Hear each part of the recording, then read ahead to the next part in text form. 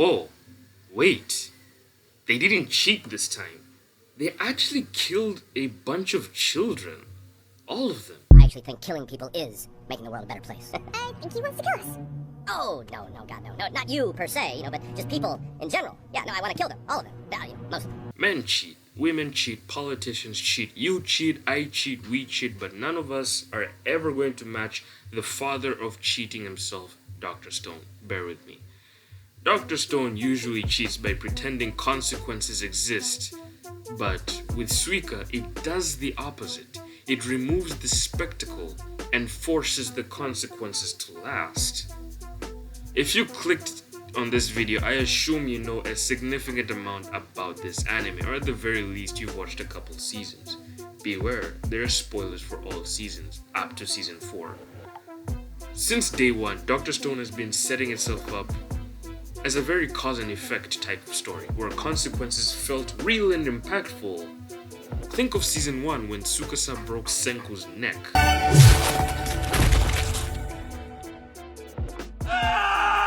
Best case scenario, bro is paralyzed.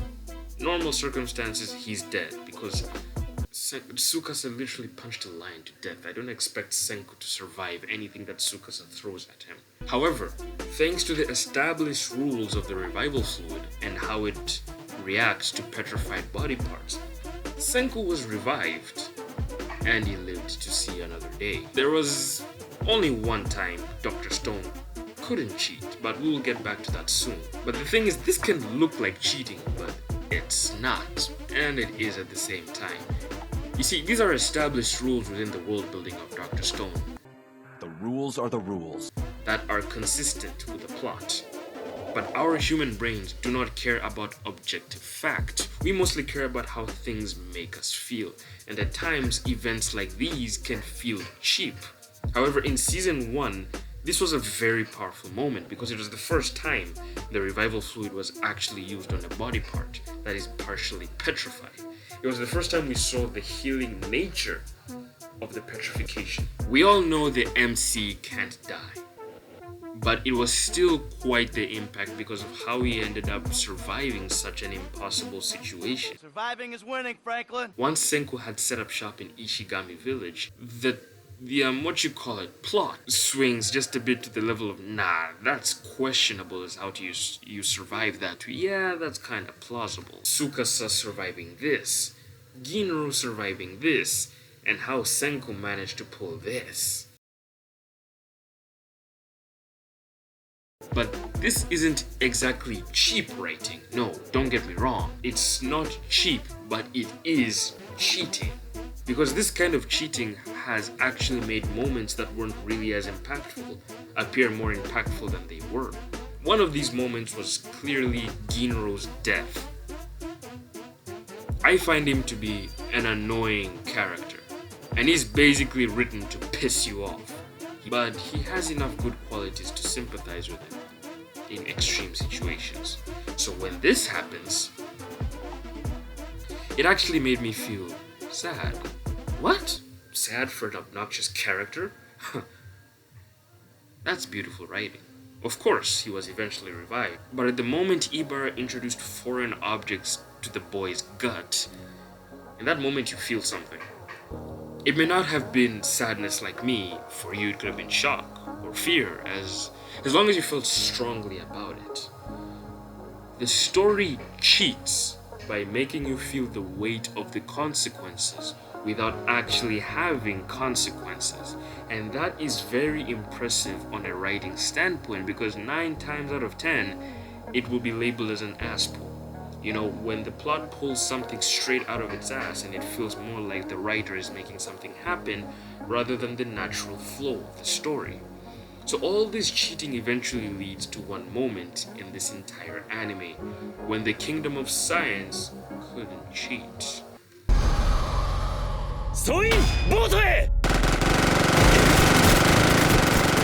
In the latest season of Dr. Stone, Senku and company go up against Senku's not-so-official mentor, Zeno or Dr. X, which, a huge downgrade from Ibara, but I'll talk about that in another video. Of course, Dr. X brought automated machine guns into the Stone World, because why not. And after a lot of chasing each other around and Senku literally getting shot almost to death, by the way, this season felt a bit odd. It felt like the story can't exactly cheat anymore. The heroes are faced with everlasting consequences like none seen before. However, the writer added a key detail to ensure our heroes survived. These Americans are soldiers. Soldiers don't kill citizens, they only kill other soldiers. Well, under normal circumstances. So when Senku and Co managed to snatch Dr. Zeno and started getting chased around the world by our trusty commander Stanley, they are under the assumption that soldiers won't kill anyone but Senku and the power team. So the rest should technically be safe. To the viewers, this felt like another instance of the writer establishing something to get the kingdom of science out of harm's way. And just when you're about to sigh... In case anyone's feeling soft, let's get one thing straight. Our mission here is to shoot every last one of them other than Zeno, even if they surrender. Taiju, no!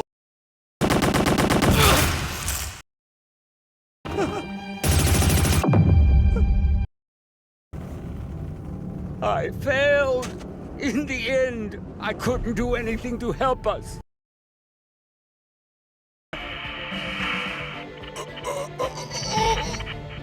Affect 12 million and 800,000 meters in 1 second. But Senku pulls out a last maneuver. The Medusa is lit once more.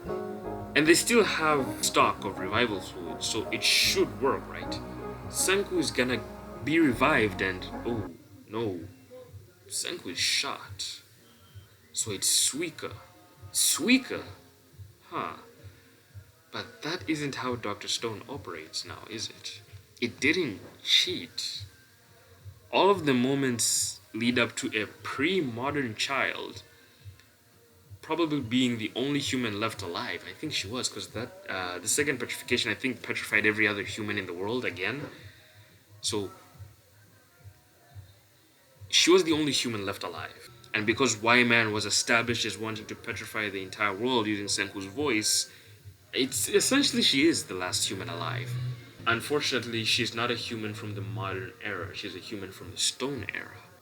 Essentially, she spent the first 2 years petrified. And then she proceeded to spend 5 years. A 5-year time skip to recreate the revival fluid. I stood up and clapped. They made it hard for her. You all know my opinion on character suffering, so she grew as a person, physically, mentally, and emotionally. But Dr. Stone broke its own system of storytelling. The consequences this time was permanent, and what made it more impactful was that it rarely happens. And that is how you cheat in a story. The impact is more on the emotions and what you feel at the moment rather than the objective fact. The only time this rule was broken was for little Suika. Look at that. And that is the beauty of anime. This is why I really enjoy watching anime. I know you can probably find all types of writing in different types of medium, but for me, anime is very easy to get into because I enjoy storytelling. I am a storyteller myself. Don't question where my work is. But I enjoy seeing many forms of writing and how they take shape. You know, in the last video we were talking about how the evilness displayed in villains, making an entire race of... You made an entire race evil just for the sake of being evil. And how that writing was used to establish the plot of Freered. And now we look at how the writing in Dr. Stone, how the story cheats and how that cheating is used to create impactful moments that normally wouldn't be impactful. You know, it plays with your emotions. And let me get this straight. Cheating isn't cheap writing, because cheating is one of the hardest things to pull off when it comes to writing, because it can go wrong on so many levels. But I wonder what you guys think in the comments below. That's my take on Dr. Stone.